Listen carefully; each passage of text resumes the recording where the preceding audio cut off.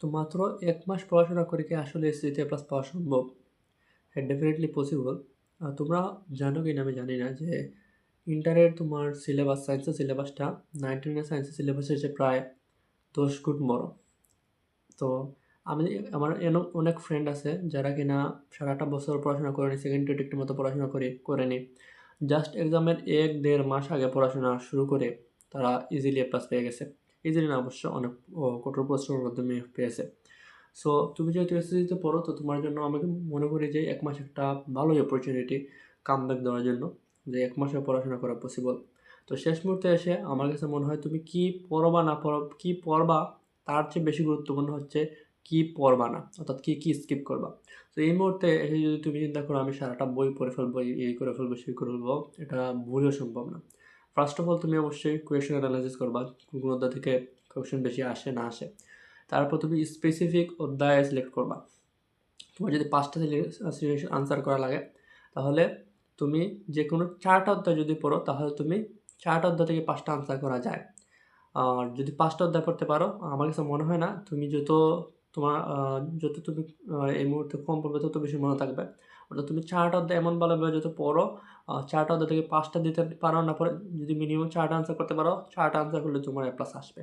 এবং অবশ্যই অন্যগুলার ক, খ এরকম দেওয়া যায়, যেমন ফিজিক্সের ক্ষেত্রে অবশ্যই ক, খগুলো যদি সবগুলো ভালোভাবে করে পড়াশোনা করো, তাহলে অন্যদের ক, খগুলো দিতে পারবে। এবং যদি অন্যান্য সাবজেক্টের কথা বলি, যেগুলো তোমার সায়েন্সের সাবজেক্টের ভিতরে না, সেগুলোর ক্ষেত্রে আমি বলবো তোমরা বইটা খুব ভালোভাবে রিডিং করবে। বাংলার ক্ষেত্রে, বাংলা সেকেন্ডের ক্ষেত্রে তোমার বই থেকে প্রচুর এমসিকিউ আসে, এবং রিটেনটা পুরোপুরি তো মুখস্থ করার দরকার পড়ে না। যেহেতু তুমি বড় ক্লাসে উঠছো, তোমার ক্রিয়েটিভিটি আছে নিজে থেকে লেখার মতো, সেহেতু তুমি তোমার রিটেনের জন্য আমি বলবো যে সেগুলো জাস্ট একবার করে দেখো কোনগুলো পরীক্ষা আসতে পারে, ওইগুলো মোটামুটি একবার করে দেখো, জাস্ট আইডিয়া নেওয়ার জন্য। তো কত ঘন্টা করে পড়াশোনা করা উচিত? আমার কাছে মনে হয় এই সময়ে এসে এই প্রশ্নটা একটা বোকামির মতোই প্রশ্ন। কারণ তুমি শেষ সময়টা এসে তুমি জানো তোমার কতটুকু পরিশ্রম করা লাগবে আর লাগবে না। আর ব্যাপারটা অনেকটা একটা যুদ্ধের মতো চিন্তা করো। যাদের প্রিপারেশন অলরেডি হয়ে গেছে, তারা ধরো একটা যুদ্ধ সামনে হবে, তারা অনেকদিন ধরে এটার জন্য প্রিপেয়ার হচ্ছে। আর তুমি হচ্ছে ওই মানুষটা যার যুদ্ধ খুব সামনে চলে আসছে, এখনো কোনো প্রিপারেশন নেই। তুমি এমনভাবে এখন থেকে প্রিপারেশন নিবে যে যুদ্ধের শেষ মোমেন্টে এসে যাতে তুমি পুরোপুরি তোমার কাছে হাতে সব কিছু রেডি হয়ে যায়। অর্থাৎ শেষ মুহূর্তে এসে যাতে তুমি যুদ্ধের জন্য পুরোপুরি প্রিপেয়ার হয়ে যাও।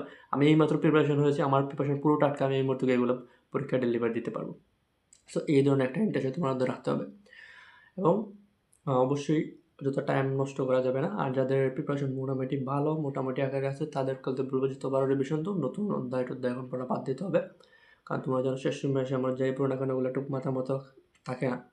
ফর দিস রিজন আমি বলবো যে এখন নতুন অধ্যায় স্কিপ করো, এই জিনিসটা তোমাকে অনেক ভোগাবে। তোমার আগে যা পড়া ছিল সেই জিনিসগুলো খুব ভালোভাবে এখন থেকে রিভিশন দেওয়া শুরু করো। এবং এমসিকিউগুলো বেশি প্র্যাকটিস করো, আমি আবারও বলছি, কারণ এমসিকিউগুলো অনেকেই পারে না। কারণ সিকিউতে এমন বেশি ফোকাস দেয়, মনে করো যে এমসিকিউ ম্যাটার না, অবশ্যই এমসিকিউ তোমার ম্যাটার। 25টা যদি এমসিকিউ থাকে, তাহলে তোমার অবশ্যই 20টা, এ নিয়ে 19টা 18টা হতে হয় এ প্লাস পাওয়ার জন্য।